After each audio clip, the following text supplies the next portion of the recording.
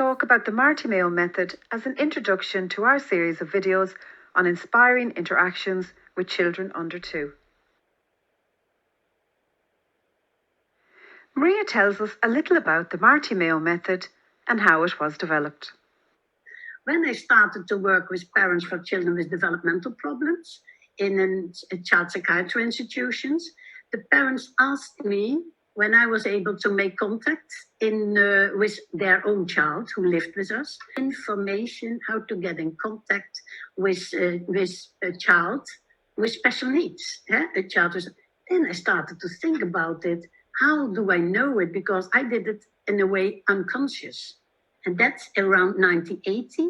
I started to study in detail on it.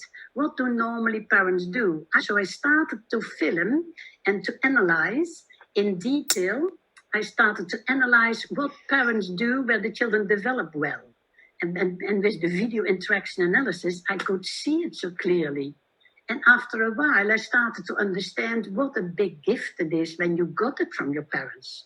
When you have learned to know yourself, when you trust yourself, when you are supported in your language development, when they supported you in the emotional development, to develop empathy, to be able to see what's in other people going on, to develop the play skills, the cooperation skills. So I more and more, all these years, I was more impressed about it. Here, Maria tells us a little about the first of the interconnected strands in the Marte Meo method, following children's initiatives. Now, I would like to say something when I discovered what is most important. One of the things is following, and that you first must think, we call it attentive waiting. A lot of modern parents take a lot of initiatives in play situations. And it is so good that the child gets the space to take his own initiatives. Because you are all born with a gold mine, and when an initiative pops up or an interest and your parents help you to follow that, you get a very rich inside life.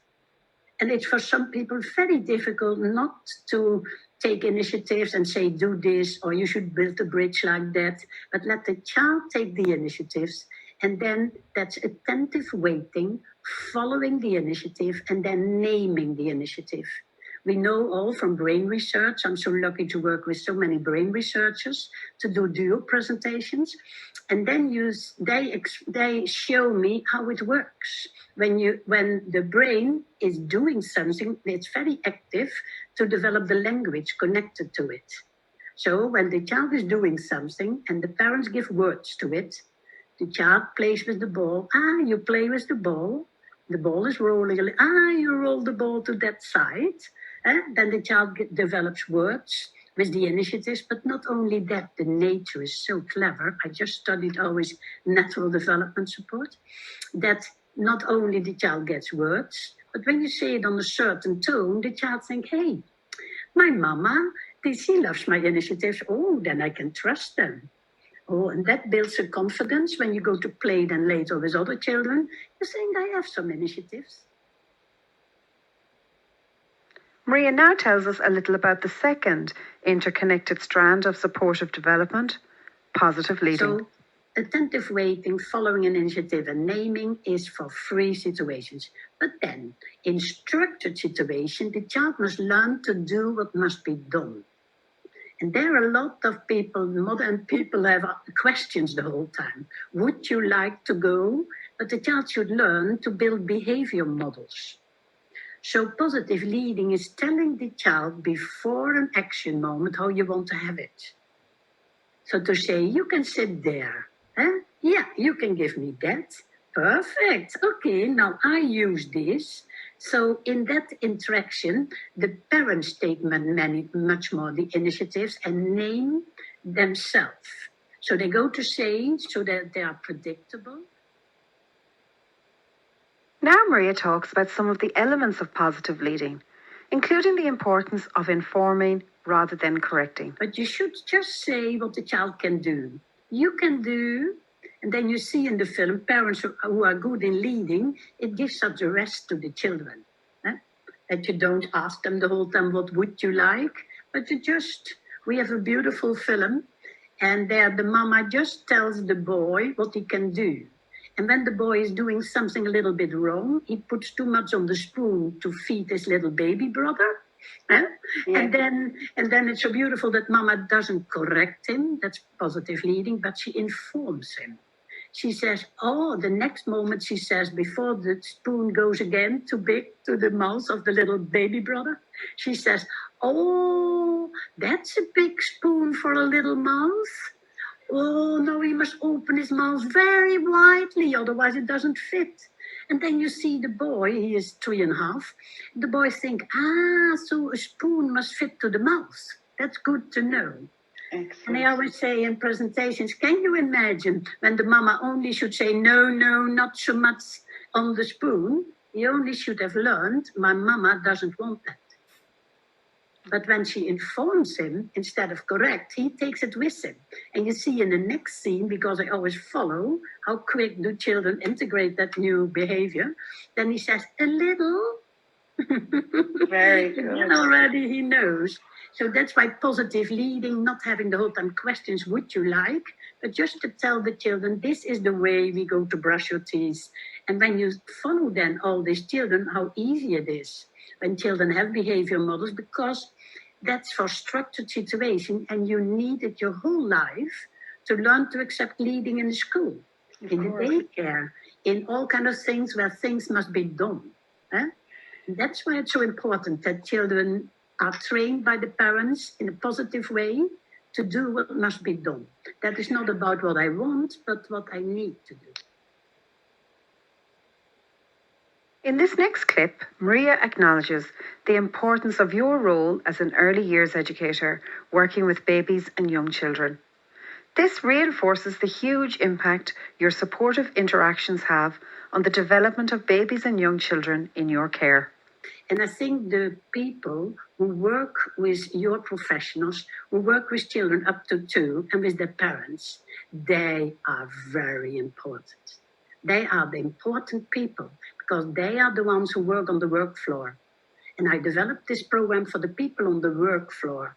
So all the information is understandable for everybody, especially for the parents who need it the most. And it's usable in normal daily interactions and not only in therapy sessions. And I'm very happy that there are all over the world so many people, especially young people, they have the future. They love to use it. And when I hear the whole time what they say about it, it makes the life of the worker also much better. When you have a big heart for children and you can be so patient to work always with children, like your people do, then it should be so good that you get conscious how important work you do. When you work with video, you can see it, but also when you don't work with video, you can recognize it. This child did not develop enough words with feelings, for example. When he has a feeling and you give him in that moment the words connected with that feeling, is that a golden gift? And I'm just delighted that you recognised the importance the early years educators play in the world of a child. Tell them that they are so important, doing so much important work. I always was so lucky that I got the help always from the people and from so many professionals, especially young people and that so many people see the effect of their work, and that helps them because it's a big investment working with young children. And one of the people from the healthcare in Ireland said something very well. You don't need to have new workers to use Marte Meo. It's upskilling the staff. Absolutely. That's clever. Yes. It's not that you must do something different. You don't need extra time for it. You do it in the daily interactions with the children, but you do it different. Exactly. And because you see the effect of it, it's so healthy. That's maybe the last thing what's nice for the workers. When you see the effect of your new approach to the children, take care that you take it in yourself too. I call it hap hap. Hap hap is eating emotions. Don't forget to eat the good emotions, the good moments, because it fills up yourself again.